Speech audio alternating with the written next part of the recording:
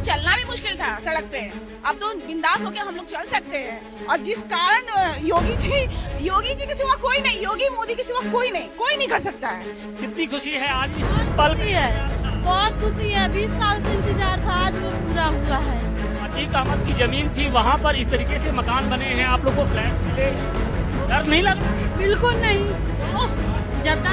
जब अपना है तो क्या डर, योगी जी मोदी, क्योंकि योगी सरकार है। योगी सरकार इसलिए आप माफियाओं से नहीं, डर नहीं लगता। ये शब्द उन महिलाओं के हैं जिन्हें प्रयागराज में माफिया अतीक अहमद के कब्जे से छुड़ाई गई जमीन पर फ्लैट मिला है। यूपी के सीएम योगी आदित्यनाथ ने अपने हाथों से नए आशियाने की चाबी लाभार्थियों को दी है। इन महिलाओं के चेहरे की खुशी देखिए, जिसमें आपको साफ साफ ये नजर आ रहा होगा कि योगी राज में एक तरफ इन गरीबों के मन में नया घर मिलने की खुशी है, तो दूसरी तरफ अब उनके दिल से माफियाओं का डर भी रफू चक्कर हो चुका है। जी हाँ, ऐसा ही है योगी मॉडल, जिसमें एक तरफ माफियाओं की अवैध और कब्जाई गई जमीन पर, उनकी संपत्तियों पर बुलडोजर चल रहा है, तो दूसरी तरफ उसी जगह पर गरीबों को आशियाना और नया ठिकाना मिल रहा है। इसलिए योगी आदित्यनाथ के यूपी मॉडल की चर्चा एक बार फिर से जोर शोर से होने लगी है। सीएम योगी के यूपी मॉडल की सबसे मुख्य बात यह है कि इसमें हिंदुत्व तो है, लेकिन कानून व्यवस्था इसके केंद्र में है।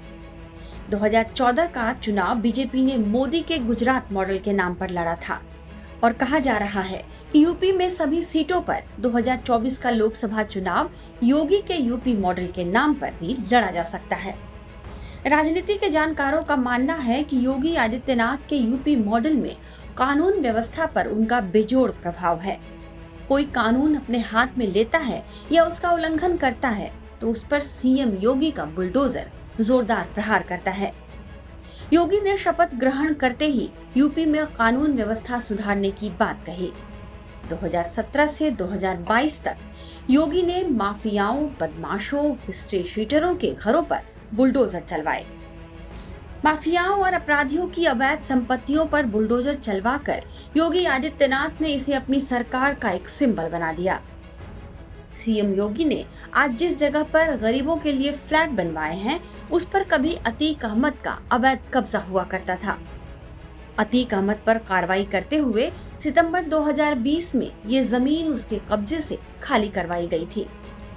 इसके बाद 2021 में सीएम योगी ने इस जमीन पर गरीबों के लिए फ्लैट्स बनवाने का ऐलान किया था। महज 1.5 साल के भीतर यहाँ 76 फ्लैट्स बनकर तैयार कर दिए गए।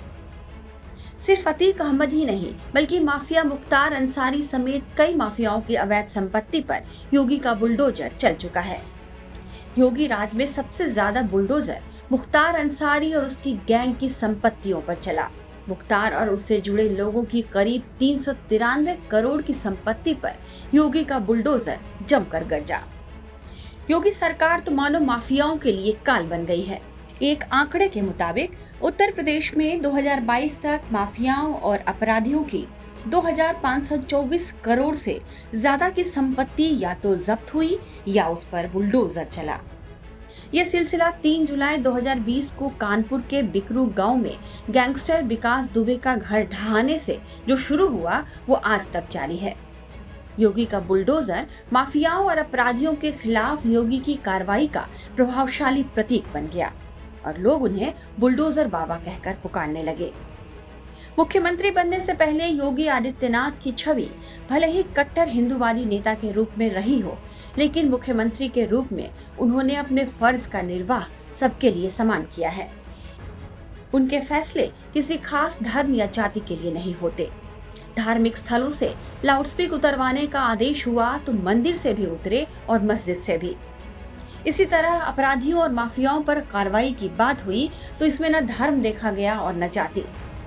हालांकि बड़ी संख्या में लोगों ने माफिया राज खत्म करने के इस तरीके को सही ठहराते हुए सीएम योगी की तारीफ की है, तो कुछ लोग इसकी आलोचना भी करते हैं। लेकिन धीरे धीरे बाबा का बुलडोजर एक ब्रांड बन चुका है।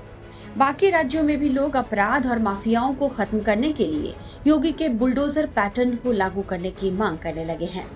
तो बीजेपी शासित मध्य प्रदेश और असम जैसे राज्यों ने तो यूपी मॉडल के तर्ज पर काम करना भी शुरू कर दिया है।